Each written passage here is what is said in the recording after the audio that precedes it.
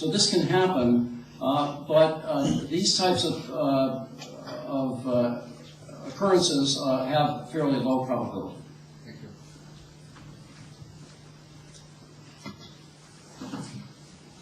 Bene, sicuramente lo studio a cui lei fa riferimento è un esempio di utilizzo di tecniche di valutazione della probabilità a breve termine. Si tratta sicuramente di tecniche che mettono in evidenza il progredire dell'attività scientifica. Lo studio da lei citato è uno studio sicuramente valido che mette in risalto come un evento sismico possa poi influenzare eventualmente il verificarsi di altri sismi in altre regioni. Tuttavia questo studio non fornisce informazioni specifiche su dove, come, quando o se un altro sisma si verificherà altrove. Certo, può avvenire che un sisma venga provocato successivamente da faglie vicine a quella interessata precedentemente. Sicuramente tutti voi avrete sentito in questi giorni parlare della serie di sismi che si sono verificati nella zona di Sumatra. Certo, dicevo, può accadere, ma comunque questi eventi hanno una bassa probabilità. Let me say that this is why we are proposing that a panel examines this kind of information so that they can evaluate whether probability has increased or not. So this is the role of this panel that we want to establish.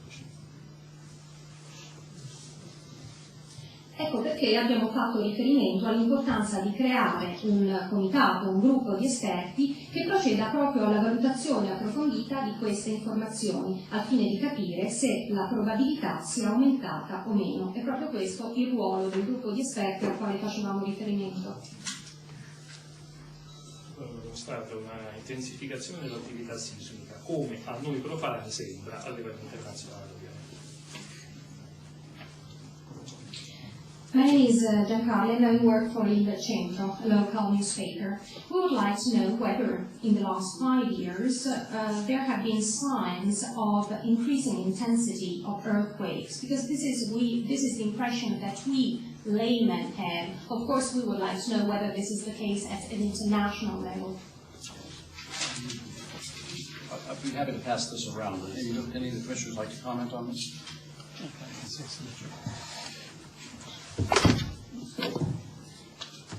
There's been quite a lot of work on whether, let's say, some activity that might precede a big earthquake occurs commonly. And the answer is no, it doesn't occur commonly, but it does occur sometimes. And that's why we make the statement that people will be having to make decisions in a low probability environment. So the answer is yes, sometimes increased activity leads to a big shock, but more often than not it doesn't. Yeah. I think there's always a concern when you hear about big earthquakes in the newspapers and on television that there is concern that the global level of seismicity is rising. There is no evidence that this is true. Earthquakes occur very frequently around the world, and often big earthquakes. We have seen a lot of large earthquakes in certain regions, like the Sumatra region, but that can be explained as the triggering of aftershocks of the big Sumatran earthquake. So I think the answer to the question is basically no. There is no overall global increase in seismic activity. Cominciamo quindi dal fondo, rispondo subito alla sua domanda: no, non c'è un aumento dell'attività sismica a livello internazionale. Comunque, partendo dalla risposta del professor Main, appunto il professor Main sottolineava come si stia lavorando fortemente su quelli che sono i segni precursori che possono precedere un significativo evento sismico. A volte tali segni possono essere sintomatici del verificarsi di un sisma, in altri casi no. Comunque, prendendo appunto la parola, il professor Jonathan diceva, sì è vero, a livello internazionale la stampa, la televisione, tutti appunto temono un accentuarsi dell'attività dell'attività sismica, quindi un innalzarsi del livello sismico internazionale. Va detto che molto spesso nel mondo si verificano terremoti, ad esempio il caso di Sumatra ne è un esempio, ma questo va spiegato semplicemente con un grande sisma che poi ne innesca degli altri. Comunque, appunto, la risposta conclusiva è stata no, non c'è un innalzamento dell'attività sismica a livello internazionale. I was reading another study whereby the fault in Taganica would have released only 15% of its energy during the earthquake. Could you comment on that? Professor Gasparini. Rispondo direttamente in italiano. La questione del ciclo, il problema diciamo, ricorrenza periodica di terremoti, come dicevi, i terremoti da un punto di vista scientifico innanzitutto è abbastanza dibattuto, è uno dei modelli possibili. In particolare questo non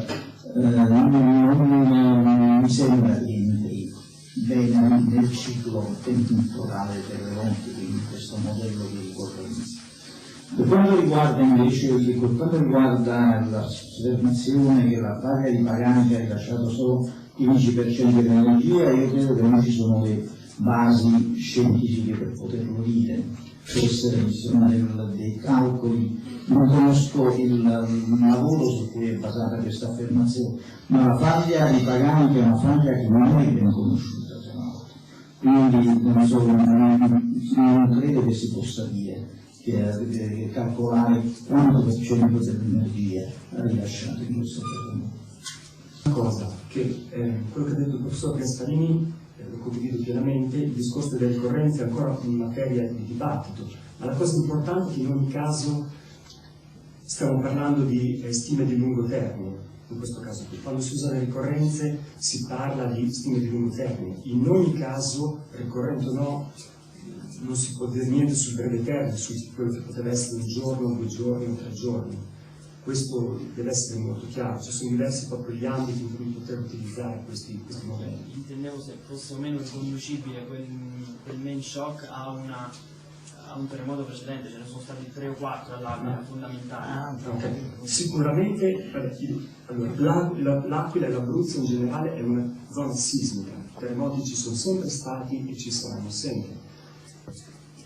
Possono avere delle differenze, di volta in volta possono mostrare più o meno gradi di similitudine, ma in realtà una ricorrenza esatta nel tempo e nella taglia è qualcosa che per adesso non è ancora accettato e comunque in ogni caso sarebbe potuto essere interessante nel lungo termine. Questo però è una cosa che mi preme dirlo, cioè tutti i modelli basati su ricorrenze o basati su modelli senza le ricorrenze mostravano che l'Abruzzo era una delle aree più probabili. Questo è estremamente importante. TV1 è anche su Facebook. Contattaci. Il nostro nickname è il seguente: TV1 SRL. Scrivici e diventa nostro amico.